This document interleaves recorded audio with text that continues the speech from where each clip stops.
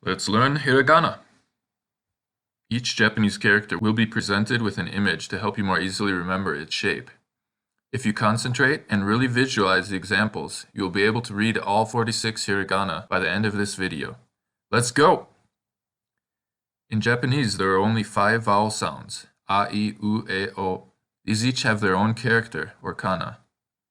And then all the other kana, except one, consist of a consonant added to one of these vowels. So for example, we have kakikuke ko, mamimume mo, etc. The vowel-only kana actually looks surprisingly similar to their Latin counterparts. The first kana has a similar shape to a fancy lowercase a. It is pronounced a.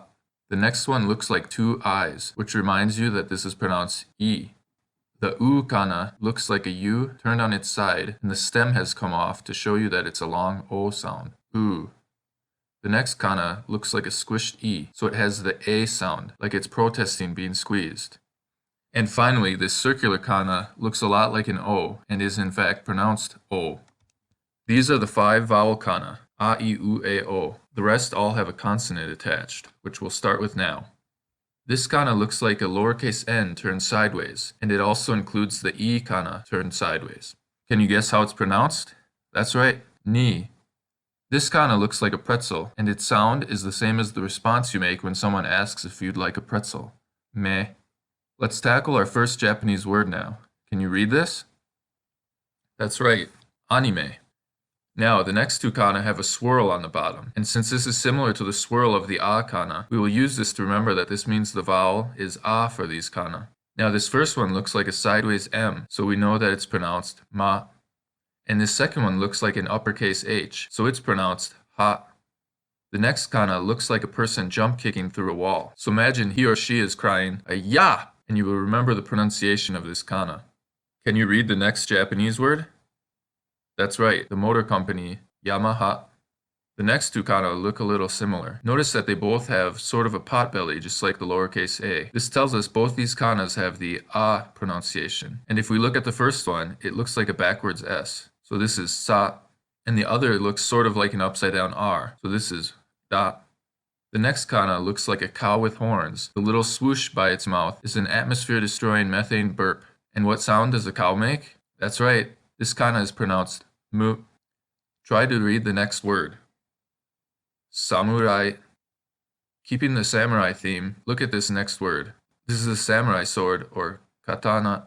Notice that each kana contains the a vowel. Just like ma and ha, the na kana has the swirl of the a kana, and ka sort of has a pot belly like the lowercase a. But ta doesn't have either of these features. So you either have to imagine it got its pot belly cut by a katana, or just remember that this one is an a kana. The na kana itself looks like a lowercase n that was chopped up by a katana. The ta has a lowercase t on its left side. Ka also looks like a lowercase cursive k. So again, these kana make up the word katana. The next kana looks like an inverted and rotated mu kana that got squished, so it makes the noise me, like a squeak toy. And this one looks like a lowercase r and an I, which is appropriate since it is pronounced di. Now, before you try to read this word, look at the 2 dots next to the third kana. These are called Dakuten, and change the consonant sound of the kana for K, S, T, and H. They change K to G, S to Z, T to D, and H to B. Now you can read this word. Origami. The next kana looks like a giant wave, or tsunami. That's right, this kana is pronounced tsu. The T kana are irregular, with pronunciation ta, chi, tsu, te, to. Look at the following word. You already know the first 2 kana. Can you guess what Japanese car company this is? That's right, Mitsubishi. If we look at the last 3 kana, they look like the same kana rotated from left to right. Note that the final kana is pronounced shi instead of just si. It's irregular. But one way to remember the shi kana is that it is actually a pictogram designed after a certain aspect of the female anatomy. So it's pronounced she, just like the feminine pronoun in English. And the Dakuten signify that this is the hi kana with a sound change to bi. Let's learn our final a kana. This is the sound you make when you eat something really spicy and the kana looks like you're sticking your tongue out because it's spicy. This kana is wa. And appropriately, the next word is, that's right, wasabi. Let's learn another food word. This kana looks like a thread and needle, and if you pronounce so, S-E-W, the way it looks, then you have the pronunciation for this kana, su. This word should be easy then. Sushi. The next one's a little gruesome. It looks like a toe with the nail bent back. Sorry, but now you won't forget that it's pronounced toe. Moving along. This kana looks like cartoon wind and has a cartoonishly windy sound. Hu. The consonant is sort of between an F and an H. It's another irregular one. For the next word, there's one thing to notice. The U and I kana can both be used to extend the vowel sound of the preceding kana. So in this word, the O in to is said twice as long. And as you can guess, this word means tofu. We'll see an example with I after this kana. As you can see, this kana looks like a backwards S with an O underneath, so it's pronounced so. And the next word? That's right, the corporation Sony. Next is the odd man out, the one kana with no vowel sound. The bottom of this looks like the twiddle over the Spanish N, and this kana represents the n sound. One more kana and then we'll see this one in a word. This kana is the same as the ha kana, except it has an extra line at the top right. We can think of that top corner as representing an O. Since the rest looks like an H, this makes this kana ho. Our next word? The car company Honda. The next kana looks like a cliff that will crumble if you walk out on it. So we have to say, stay away. This kana is pronounced te. And this word presents another symbol. The hu kana has a circle above it. Only the H kana uses this symbol, and it signifies a change to a P consonant. So these kana become papi pupe po. And remember, the H kana can also become babi bube bo. Can you read this word now? Yep, tempura, which we call tempura in English. For some reason, the n kana sometimes gets changed to an M in English. The top of the next kana looks like a backward Y. It also has the little swirl we associated with the A kana, but since we already know the Ya kana, it can't be that. Instead, we'll imagine the bottom is an O, making this the Yo kana. Here's another word whose pronunciation changes in English. In Japanese, this is sayonara, but people usually say something like sayonara saka in English. There are only 3 kana beginning with a Y. We've seen Ya and Yo, now here's the third. This kana looks like someone tried to bend the stem of the letter U up and ended up cracking the U. This image tells us the pronunciation is U. Now, these 3 kana are special because the Y sound is in between a vowel and a consonant. So these can combine with the kana in the I row to form a different sound. Look at the next word. You can probably tell that this is the city Tokyo. When the Yo kana is written small like that next to the Ki kana, it is pronounced Kyo instead of Kiyo. For the next word, we have the Shi kana with Dakuten. I said before that the Dakuten change S to Z, but in this case, Shi gets changed to Ji. Can you read this word now? Judo. Let's try another one like this. What's this word? Ninja. This kana looks like a cartoon speech bubble, and it is appropriately pronounced sei. So this word is sensei. Here's another kana with a picture representation, and the pronunciation comes from the middle of the word skate. This kana is pronounced ke.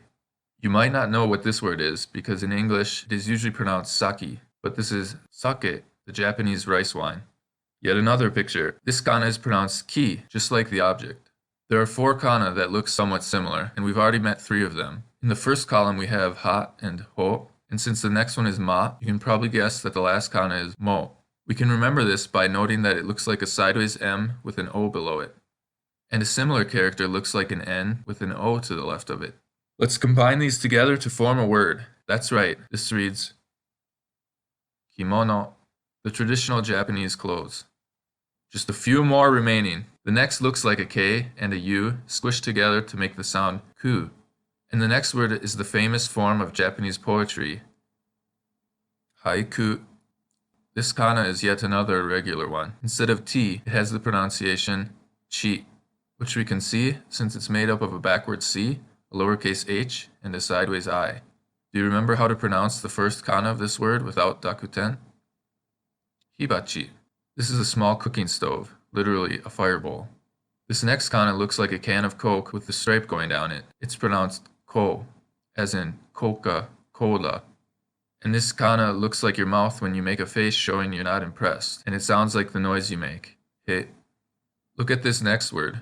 Can you guess what the line at the end means? It lengthens the sound of the vowel. So this word is herikoputa. Now we have 3 more kana that look similar. Ra, ru, and ro.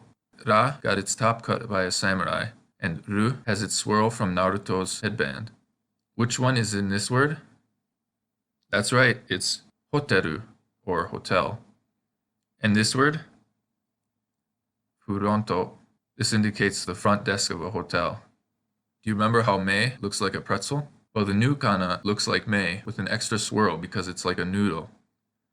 And this word is? Yep, nudoru. The last 2 kana are a pain in the neck because not only do they look similar, but they both use the a vowel. This first is re, and the second is ne. And the left side actually looks like the a kana, so that's how you can tell these apart from the new kana. But we can tell these apart by noting that the re kana looks like a cursive lowercase r, and the ne kana looks a little like the na kana with the telltale swirl.